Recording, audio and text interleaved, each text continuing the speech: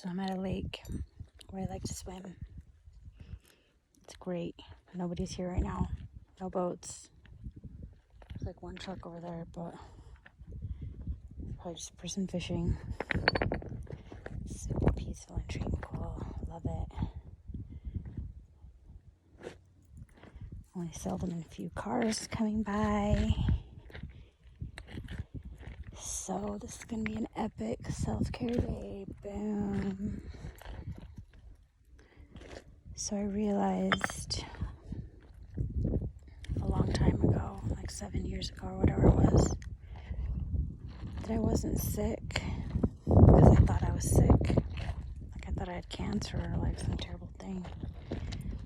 And I probably did, just because when you don't take care of yourself, terrible growths and things occur. Because that's what your body lets you know. Like, hello, do something. But I found how to fix whatever it was. Which was I just needed time alone, away from people that were constantly needing something from me. And so I started giving myself that. And then the shockingest thing happened. People that I thought loved me didn't want me to do anything for myself. They were calling me a bad person, telling me I was a bad mom because I was doing things to be a better mom. Because when I took care of myself, I was a way better mom. When I took time for myself, I was a way better mom. So instead of helping me, these people went on a campaign to do everything in their power to turn everyone against me, to make it as difficult as possible for me to have my breaks. So then there was people that had been allowing me to like sleep over at their house, and they'd go on campouts with me, etc. So I go on breaks that way. Those people were refusing to let me because they weren't going to help me with my bad behavior of needing sleep and giving it to myself, of taking care of myself. And then so I had all this retaliation and sabotage. And so I went from needing desperately to get rest to the point where I was just desperately trying to find any way I could do it so that the kids would have proper care while I got that rest, because the people that I had available to help me weren't proper care. And then even those people refusing to help me. So I couldn't do it. And so I ended up having to, in order to even just get any amount of any rest, I'd just lock my little boys in the room with me so I could take a nap, because they needed to be constantly supervised. Like, you can't just leave kids unsupervised. And then I couldn't do the things I needed to do to be able to get the proper help for them. So that's what I could do, which was better than nothing, but it was terrible. And these people that I thought loved me would do anything to make sure that I got what I need to take care of myself were not just not doing that. They were viciously attacking me and making it impossible for me to even get any rest, and then exhausting me with their attacks and their legal things against me, and it's just complete insanity.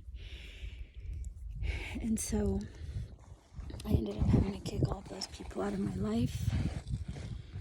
And what I ended up having to do is rely on the only person that had my back, the only person that would understand. She's my 84-year-old mom. Luckily, she's healthy, but she can only do so much. She's not going to sit there and be able to handle my boys. So I'd be able to, just leave for a few hours max, you know, while they were all locked down in the house with her. And then I ended up arranging things so that Dad had them more. So then I was able to have my proper breaks finally.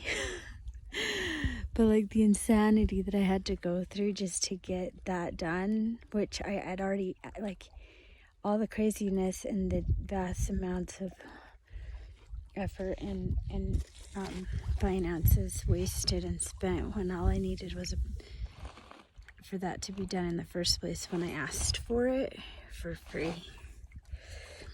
Complete craziness. And so now still to this day, you know, by these obviously confused and broken people that don't understand basic physiology of the nature of how our bodies function, we need breaks and rest. It doesn't matter, like, what should be. Like, my body doesn't give a shit what your opinion is. When my body's tired, it gives a shit about getting rest, period. And I'm a better mom and a better person when I get it. So why wouldn't you help me get it if you care so much about, you know, the people that I have to care for? It makes zero sense why you would do the opposite of helping me. But in the end, I'm so grateful for these horrible people doing these horrible things to me, because they were mean to me and they were exhausting me. And because they insisted on forcing their will of, I don't get to rest, for example. I don't get to do anything I want, because it's all about them and what they want, right? And because of that, what I learned is that I'm an actual badass. Because I was near death, literally exhausted.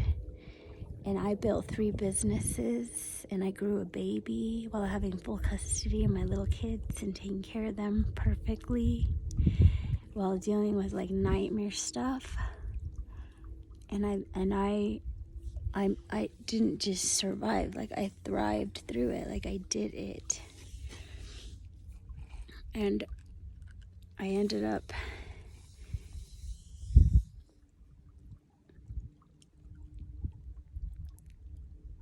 having to do many times more things alone than I was doing when I'd already was burned out to the maximum level. Like, how I even survived, I don't even know. And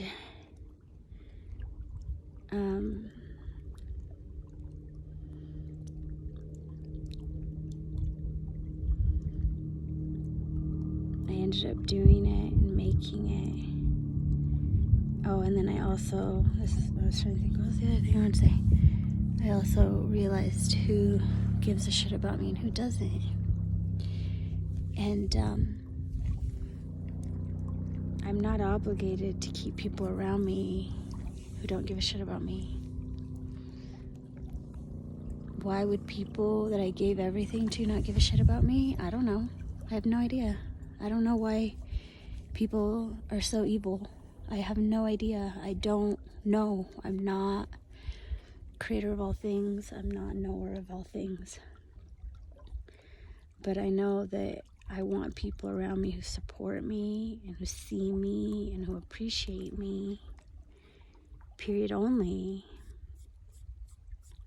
And so it also gave me the opportunity to truly see who people are. And I already knew, right? Because things were happening. The attacks and the violence and the abuse was happening in my own very home. My very own home. But because of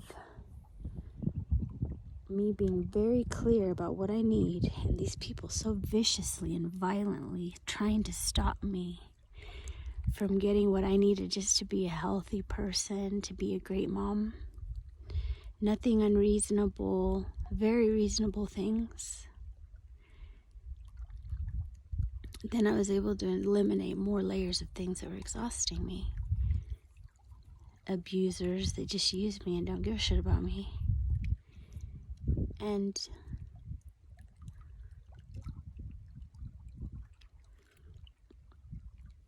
Of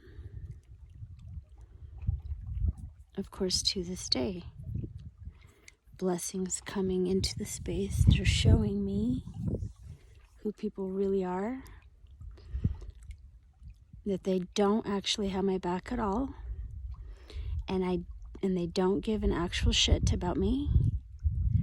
They're just using me, and I don't want to be used.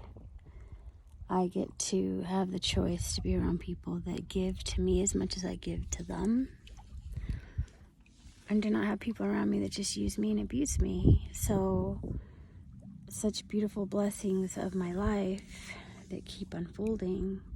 He said, my angels and my guides show me exactly who people are. They present opportunities and they inspire me to do things that then cause people to show themselves as who they truly are.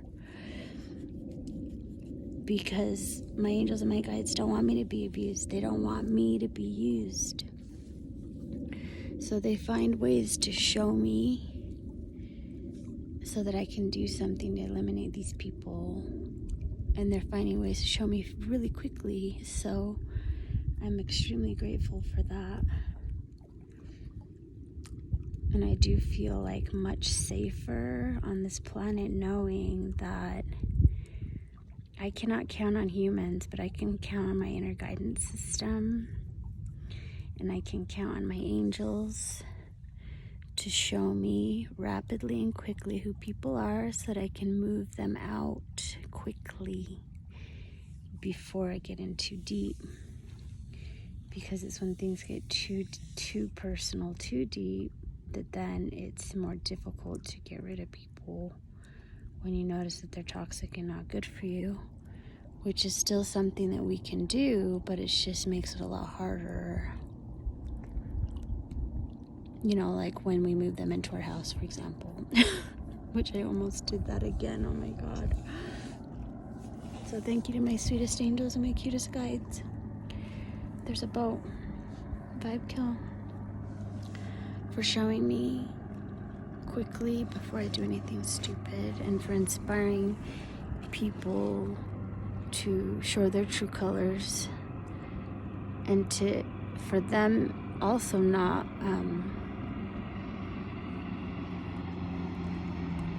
moving into my house when I invited them to. Because I just think people change and they learn and they get it.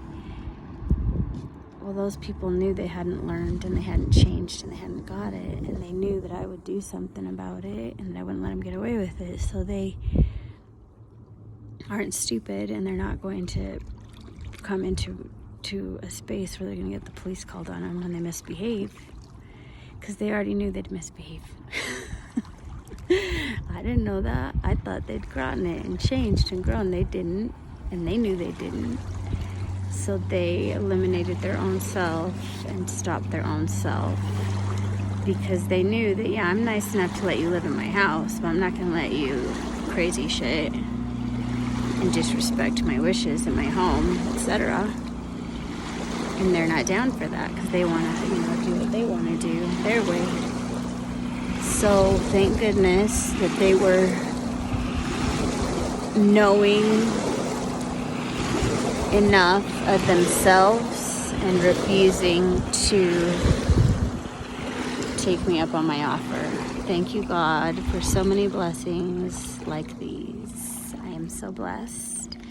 And that is why we be a joy fueler, because when we're joy fueled, our guides and our angels are easier for us to hear, and that it's easier for them to get messages across to us so they can protect and defend us from crazy shit that is going on this planet, and from crazy people that are not aligned to us and that we don't want near us. So please and thank you. Make feeling good a number one priority. And I'm not talking about evil, creepy, feel good. I'm talking about truly good person, feel good. So that is confusing for people. So if you're hurting other people and feeling good about it, I'm not talking to you. You're going to be getting messages from demons or some other crazy shit, not from your angels and your guides. And that's certainly not what I'm talking about. I'm talking about good people on the side of good and honesty and truth and kindness and love. Good, that's what I'm talking about.